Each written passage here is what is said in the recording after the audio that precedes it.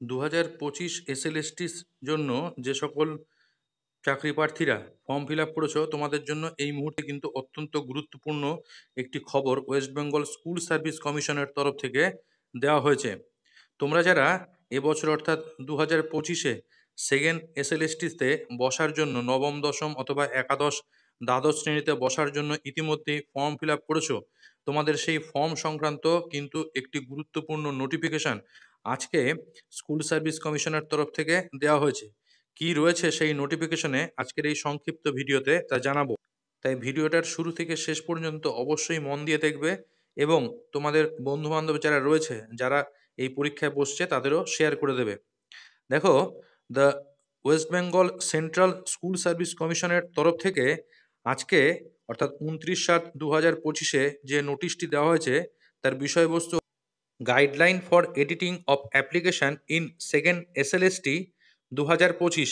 এখানে বলা হয়েছে, this is for information of the applicants under second SLST এটি 2025 for class 9, 10 and 11, 12 that they will be allowed to edit their application through online in respect of fields namely name, date of birth, gender, photo with signature during the period from 30/7/2025 up to 3/8/2025।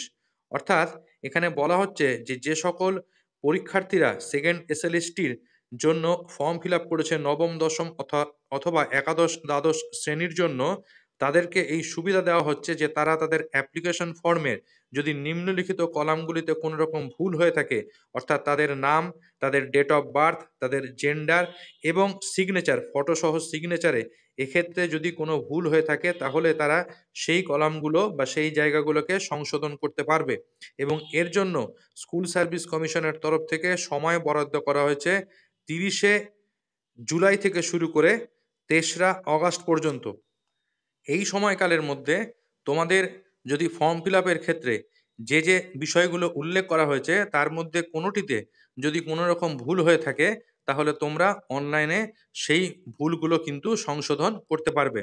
তাহলে বিষয়টা অবশ্যই গুরুত্বপূর্ণ। তোমরা যারা পরীক্ষায় বসছো তাদের জন্য খবরটাকে খুব দ্রুত সবার সাথে শেয়ার করে দাও। ভালো থেকো, সকলে সুস্থ থাকো এবং অবশ্যই চ্যানেলটাকে সাবস্ক্রাইব করে নিও এই রকমের নানান আপডেট পাওয়ার জন্য।